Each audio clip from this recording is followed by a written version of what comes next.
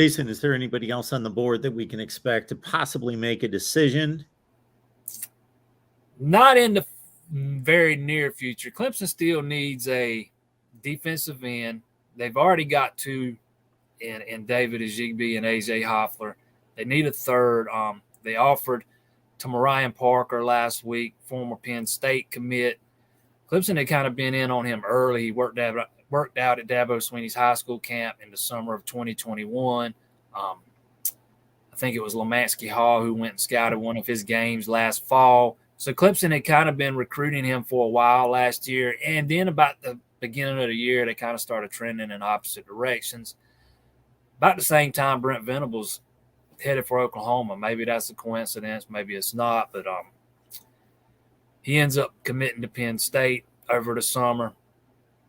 Decommitted, I think, August 9th. And Clemson offered him a few days later.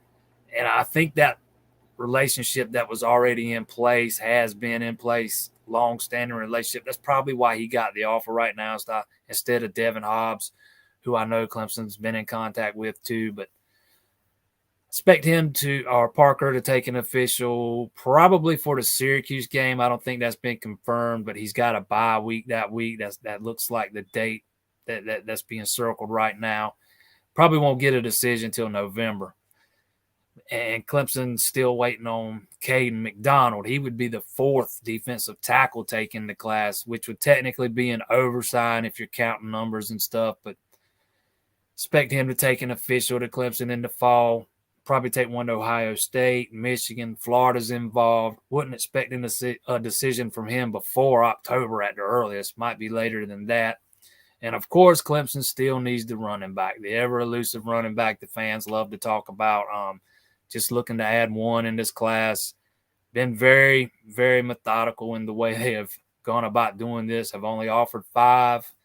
There's only one uncommitted guy with the offer right now, Chris Johnson out of Dillard down in Fort Lauderdale.